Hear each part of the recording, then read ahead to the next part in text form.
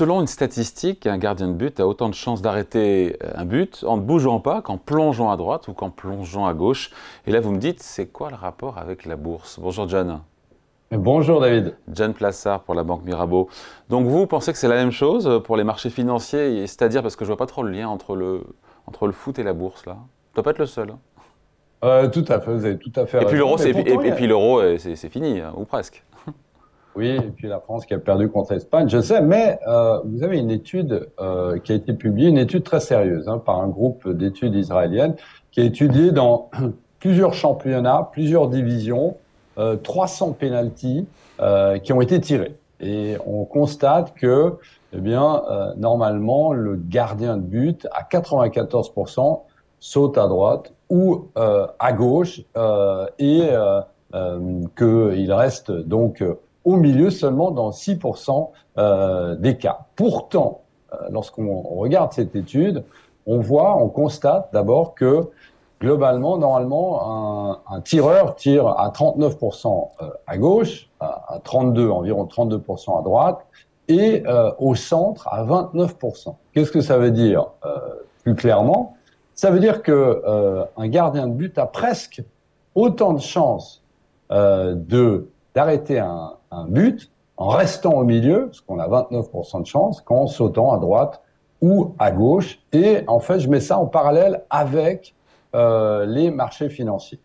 Pourquoi? Parce que, vous savez, il y a une étude où il y a un ouï-dit qui fait que les gens veulent absolument timer les marchés en essayant d'acheter au plus bas et de vendre au plus haut, bien évidemment, pour avoir le plus grand succès en bourse. Et pourtant, on a des études aussi très sérieuses qui sont publiées de la part de la Bank of America, qui nous disent que, en fait, en restant investi, donc là, je mets un parallèle avec le gardien qui est au milieu du but, eh bien, en restant investi, au lieu de sauter à droite ou à gauche, c'est-à-dire au lieu d'acheter, de revendre, etc., eh bien, on a des gains absolument ahurissants.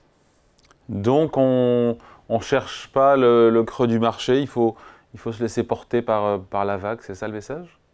Oui, tout à fait. Et il y a une étude qui va vous surprendre et vous y croirez certainement pas, David, mais la Bank of America, puisqu'on parlait d'elle, a étudié les chiffres du S&P 500 et la reconstruction du S&P 500 avant qu'elle existe depuis 100 ans. Et elle dit très clairement, et il y a des graphiques qui ont été publiés, qui dit que si vous aviez manqué les 10 meilleurs jours du S&P 500 chaque décennie, depuis 100 ans, si vous aviez, je répète, si vous aviez manqué les 10 meilleurs jours du S&P 500 à chaque décennie, eh bien, le rendement de votre portefeuille depuis 100 ans serait de 28%.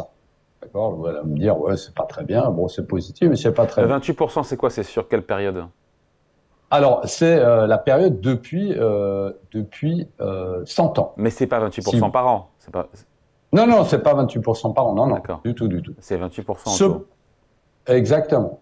Cependant, si vous étiez resté investi sur le S&P 500 depuis 100 ans, eh bien, votre gain serait de 17 715%. Je répète, 17 715%. Ça paraît absolument ahurissant, mais c'est tout à fait vrai.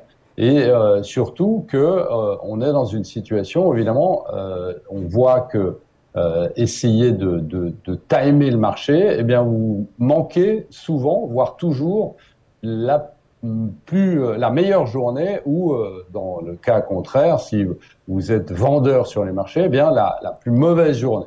Et c'est ça où ça nous explique pourquoi il faut absolument rester investi.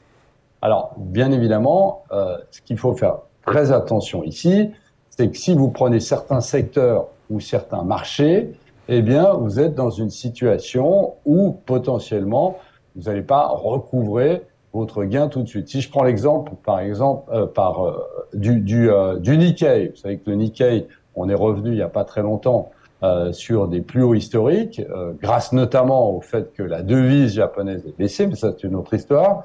Eh bien, il a fallu plus de 40 ans pour retrouver son plus haut historique. Donc, en le disant plus crûment, si vous aviez investi à 40 ans, ben, vous auriez recouvré vous auriez fait 0% sur 4 décennies.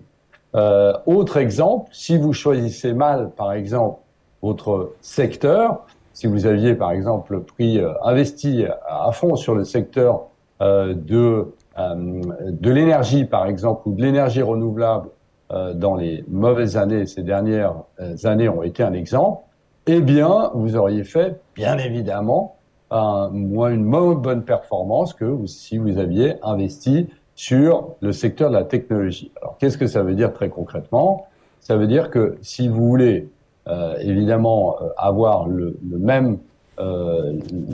moins de risques, eh bien évidemment il faut investir sur un secteur et sur un indice, pardon. Et là, l'indice dont on parle, c'est le S&P 500, qui a autant de la technologie que évidemment de l'énergie.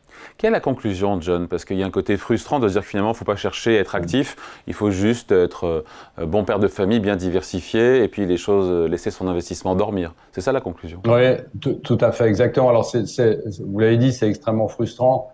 Et puis, on avait fait une étude ensemble, David, qui montrait aussi que d'essayer vous savez, de faire du day trading, c'est-à-dire acheter et vendre, alors je vais pas me faire des amis, mais acheter et vendre la même journée, eh bien, vous avez un risque qui est extrêmement élevé de perdre vos gains et surtout après une certaine donnée. C'est ce qu'on appelle l'effet casino, puisqu'à la fin, évidemment, c'est le casino qui gagne.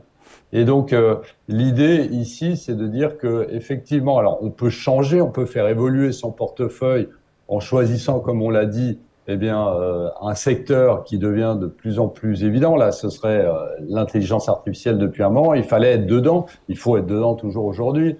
Et potentiellement, eh bien, l'énergie qui revient à un certain moment. Mais d'essayer de timer jour après jour, eh bien, on arrive dans une situation où potentiellement, on peut louper, on peut manquer ces énormes fluctuations qu'on a et qu'il ne faut surtout pas louper si vous voulez avoir une bonne performance.